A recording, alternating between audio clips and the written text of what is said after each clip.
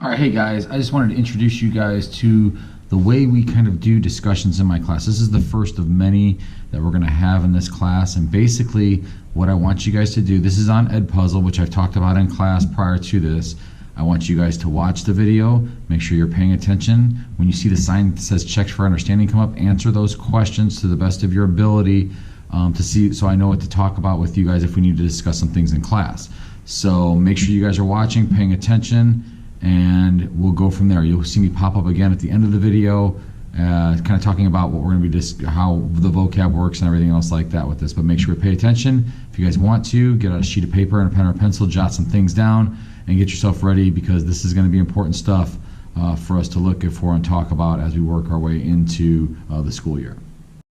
All right, so the first step we want to talk about today in the development of a civilization is the actual hunter and gatherer phase of the development of the civilization. Basically, what we're talking about in this time frame is a group of people that were known as nomads that would travel from place to place to place in order to find different food sources, to find ways in order to survive. So hunters and gatherers basically did two things. They hunted for their food and they gathered for their food. They had no real place to set up because if they stayed in one place for an entirely too long period, then basically what would occur at that point in time is they would use up their food sources, and as a direct result of that, they would probably end up dying. So therefore, they had to keep moving. They had to keep finding another place to live in order to help them to survive. All right, step two in the development of a civilization revolves around the actual ability for people to basically start to set up in a place and start to actually live lives in somewhat of a normal fashion. And that all revolves around two things: domestication and farming. First off, and let's kind of get into this, is domestication. Domestication is basically the ability to tame something. Many people believe that the first animal that man tamed was the wolf, which would eventually come into today's present day dog. And basically, as a result of those things and use of this wolf or dog in this scenario, is basically to help them hunt. And when they were able to do that, they were able to produce more food to help feed their families, to help feed the group that they were in, and basically kind of grow as a society. The second phase was farming, and as we will see in a video clip that we'll watch later, is basically that what occurred there was is that probably somewhere by accident somebody dropped some seeds on the ground, and as a result of that, basically they came back around as they were traveling from place to place to place and realized that hey, there's a plant growing here that wasn't growing in this area before. They kind of figured it out and began to start to take the seeds from the food that they were eating, the vegetables and stuff like that they were eating, and began to start to plant it. Um, and basically, as a result of that, that started our early stages of farming. Now, there was some trial and error with that, and they also had to domesticate or tame these seeds and stuff like that by picking the ones that they could control. You don't want to sit there, spend all that time farming fields, taking care of things, and all of a sudden somebody brushes up against it, and all the food blows away, or a stiff wind comes through and blows all the food away. And basically, what occurred there was that they started to pick out the seeds that they knew that they could eat, and also control where it grew. Much like what you see nowadays as you walk up and down or drive up and down the roads here in Indiana, as we have these nice set cornfields or nice set soybean fields, is because those are things that they can control and are really easy for people to use for food sources. So probably the biggest step and probably the biggest invention of our time is the development of domestication and farming, because with those two things, it allowed people to settle down. It allowed people to not have to travel from place to place and face all those dangers. And basically, as a result of that, we start to see that it's going to lead into the development of things like towns. And then eventually, as we get a little bit further on into some different things, actually physical civilizations.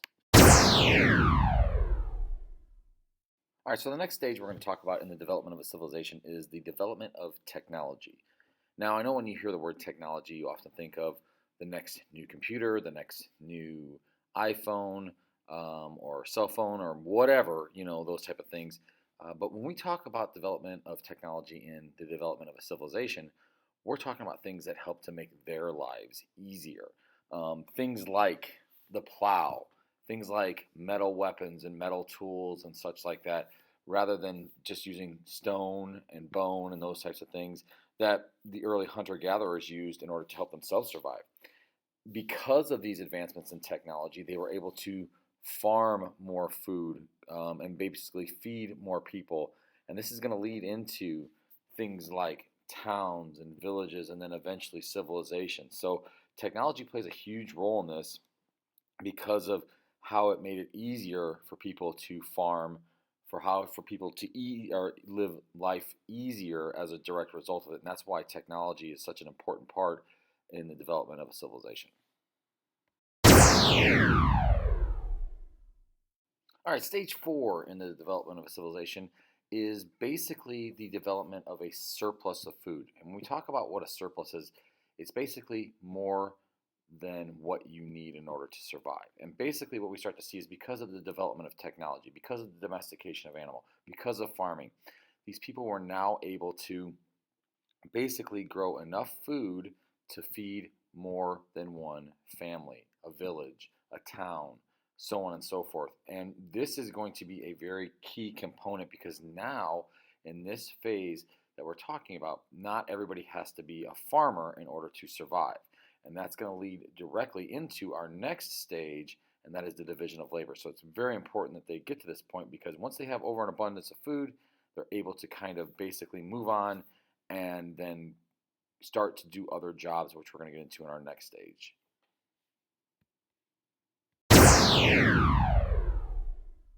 So the 5th stage that we're going to talk about, which I briefly brought up in the last stage, is the division of labor.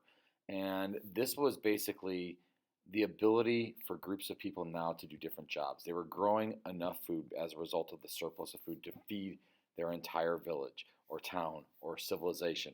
And basically as a result of that, now people didn't have to farm in order to support themselves. They could do other jobs because you didn't need everybody to farm because you had so much food. Now things were going to waste. So now we start to see people taking other jobs like teachers, like leather workers or tool makers, or even in the sense of, as we're going to get into it, leadership roles. And that is going to be a direct result of this surplus of food. And this is going to be kind of like the last step before people can start to develop a civilization. When people are not just growing food in order to survive, it allows people to kind of become better in other areas. And then as a direct result, we start to see people specialize in things. And then that basically allows a civilization to grow because now we can have these different roles that are filled by different people. And that's what division of labor does. All right, the final stage of the development of a civilization really isn't technically a stage. It is the actual creation of a civilization.